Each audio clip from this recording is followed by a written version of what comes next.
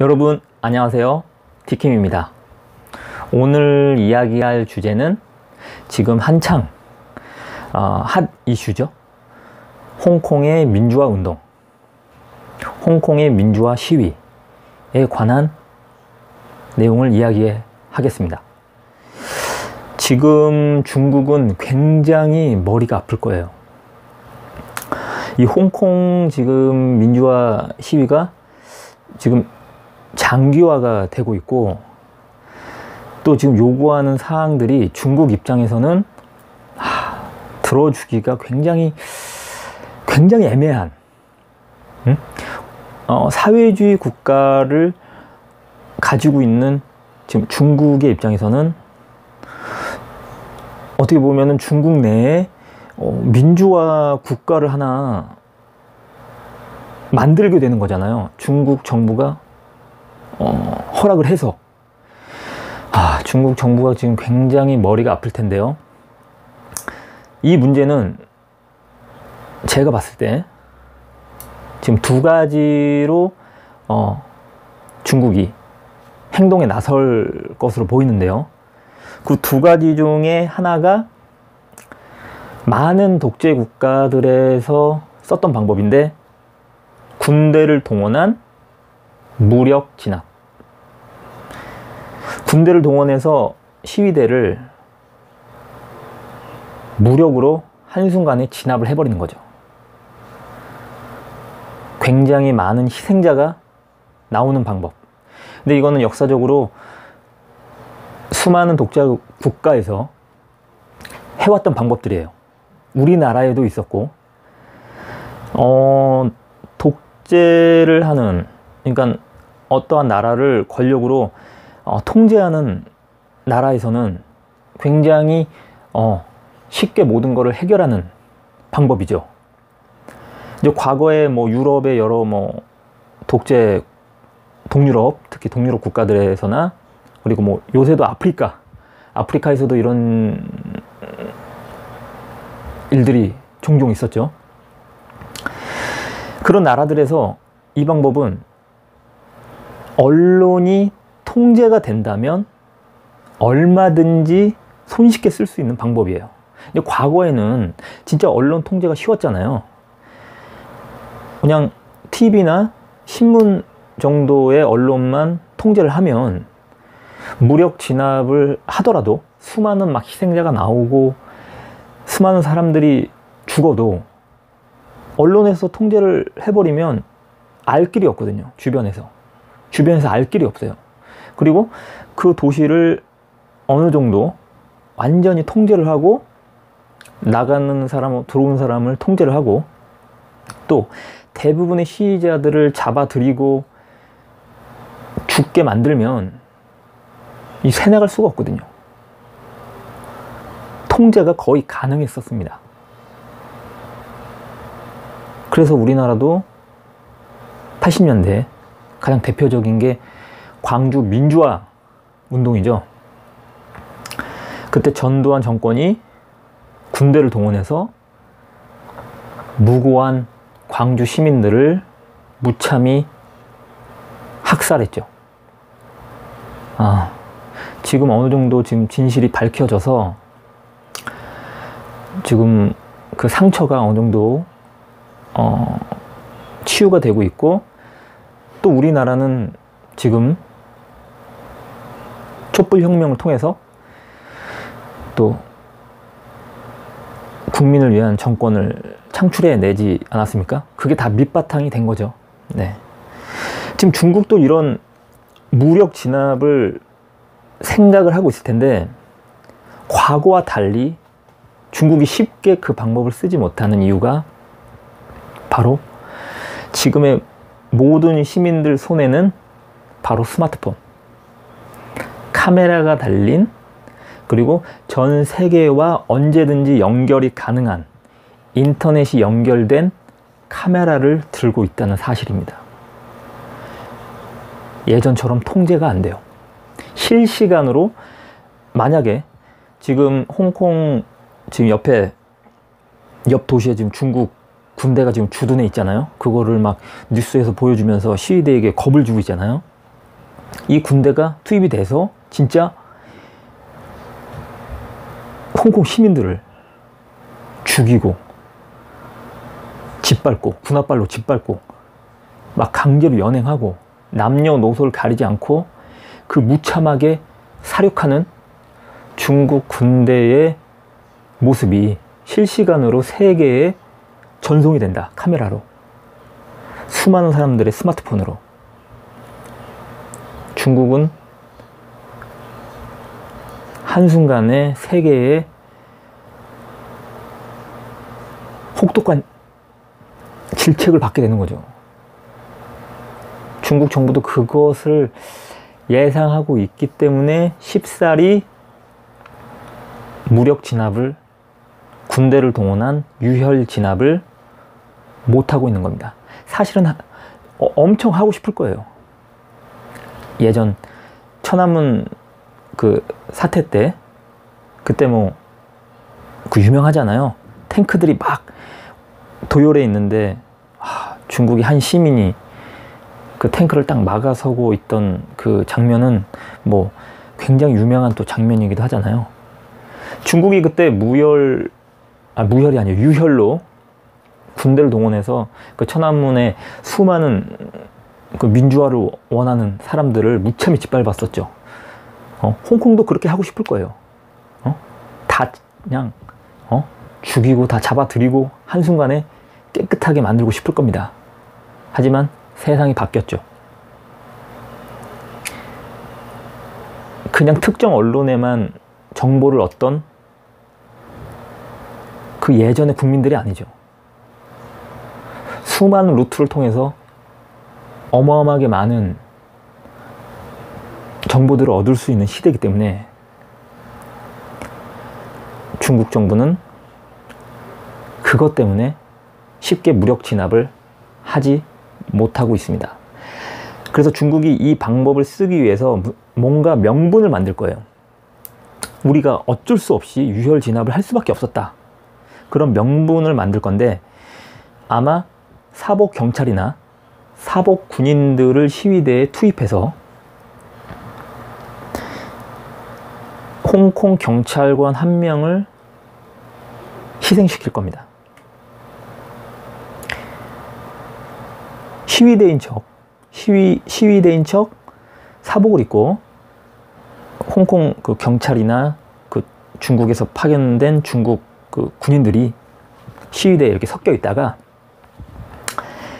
시위대를 선동을 해서 함께 경찰을 공격하거나 아니면은 자기들끼리 특정 홍콩 경찰 한 명을 폭행하거나 죽이는 거죠.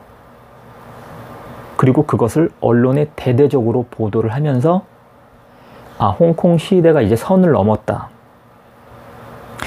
홍콩 공권력에 저항했다.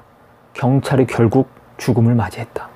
우리는 어쩔 수 없이 이 폭력성이 커지는 이 시위대를 홍콩의 안전을 위해서 어쩔 수 없이 군대를 동원해서 무력 진압할 수밖에 없었다라는 그런 논리를 만들겠죠. 그런 방법을 통해서 군대를 동원한 무력 진압을 할 겁니다.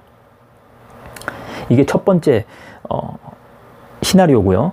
두 번째 중국 정부의 홍콩 민주화 시위를 막아내는, 끝내는 방법 두 번째는 어떻게 보면은 가장 이제 평화적인 방법이에요. 홍콩 시위대가 원하는 거를 다 들어주는 거죠. 지금 홍콩 시위대가 원하는 게 5가지 정도의 요구사항이 있대요. 그 첫 번째가 이제 송환법. 홍콩의 범죄인을 중국으로 데려가는 거를 철회하는 거. 근데 그거는 지금 그렇게 하기로 홍콩 그 캐리람 행정장관이 송환법 철회를 하겠다고 얘기를 했어요.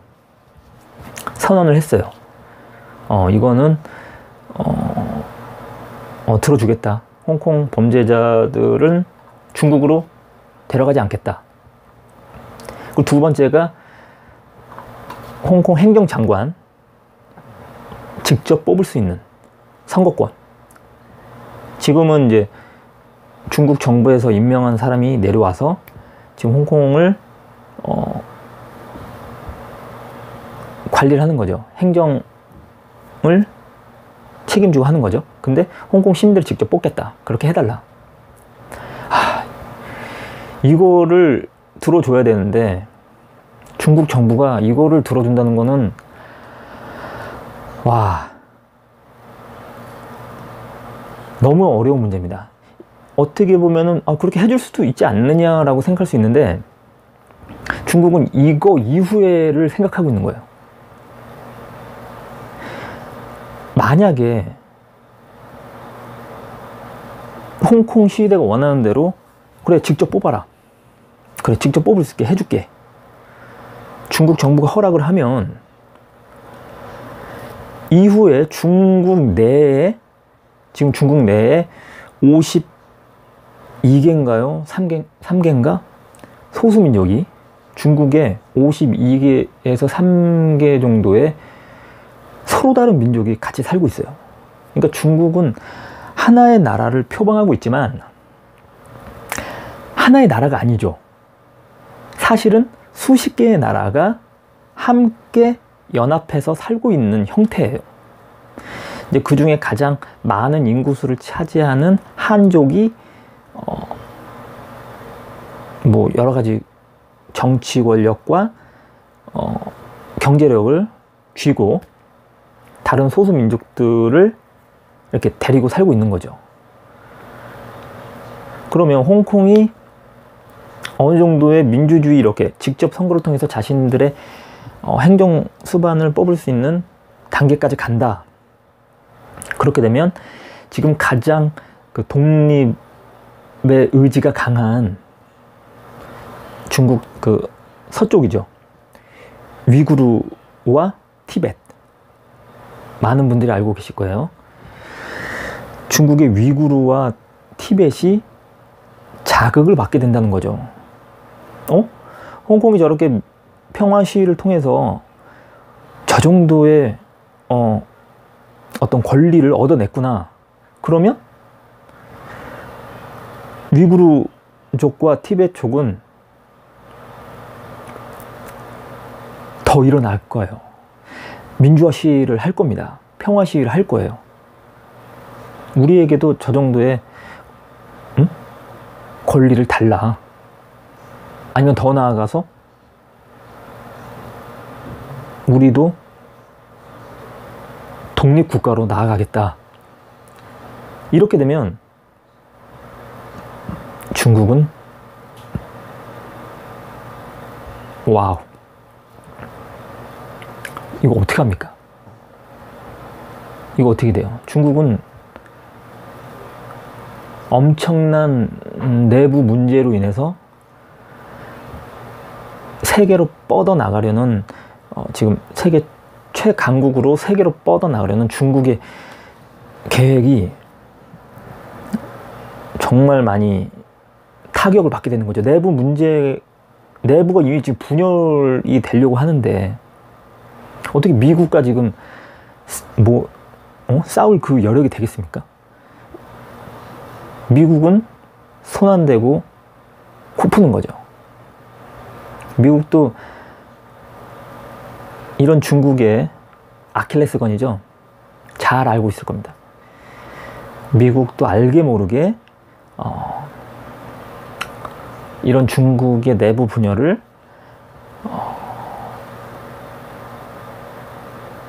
어떻게 하면 자기에게 유리하게 이용할 수 있을까를 아주 잘 계획하고 있을 거예요.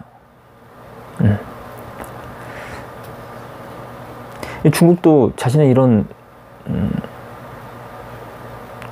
어떻게 보면 약점이, 큰 약점이죠. 이걸 알고 있기 때문에 홍콩 문제를 그래서 쉽게 풀지를 못하는 거예요. 중국 정부가. 홍콩의 지금 이 문제가 결국 자신들을 무너뜨릴 수도 있다는 것을 알고 있는 거죠. 그래서 중국 정부가 이렇게 예민하게 반응하는 겁니다. 어떻게 보면 뭐 저 홍콩 작은 조그마한 도시 뭐 문제인데 뭐 저건 뭐 이렇게 신경 써라고 할 수 있지만 중국 입장에서는 나비 효과, 이 작은 홍콩이라는 작은 도시 하나가 중국이라는 거대한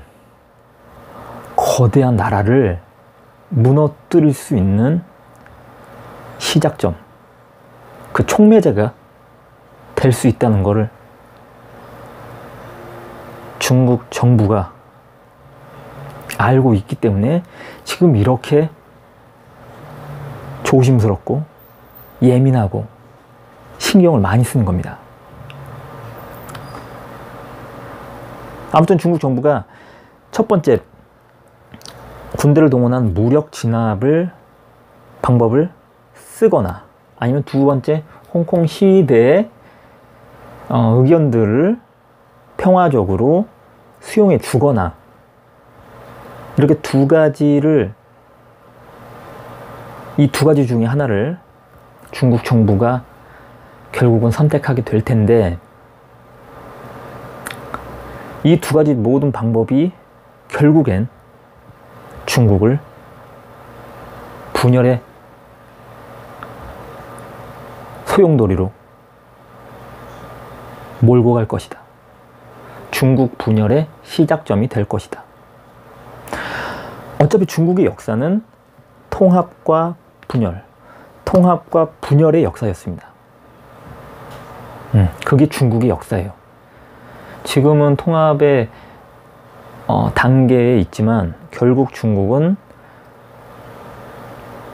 여러 나라로 여러 민족으로 분열하게 되는 그 역사로 가게 될 거예요. 역사는 반복됩니다, 여러분. 아시죠? 중국 정부가 많은 노력을 하고 있지만 지금 홍콩의 민주화 시위는, 민주화 운동은 중국 분열의 시작점이 될 것이다.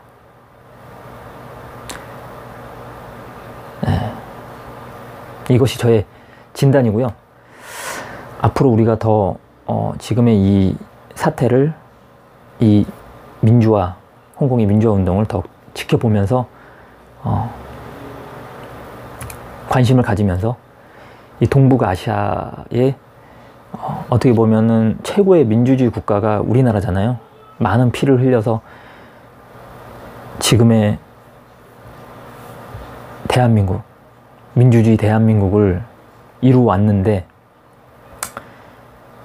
다른 아시아 국가들도 이에 영향을 받아서 어떻게 변해갈지 앞으로가 더 흥미롭고 기대가 됩니다. 다음 편에 또 재밌는 주제로 찾아오겠습니다. 여러분 고맙습니다.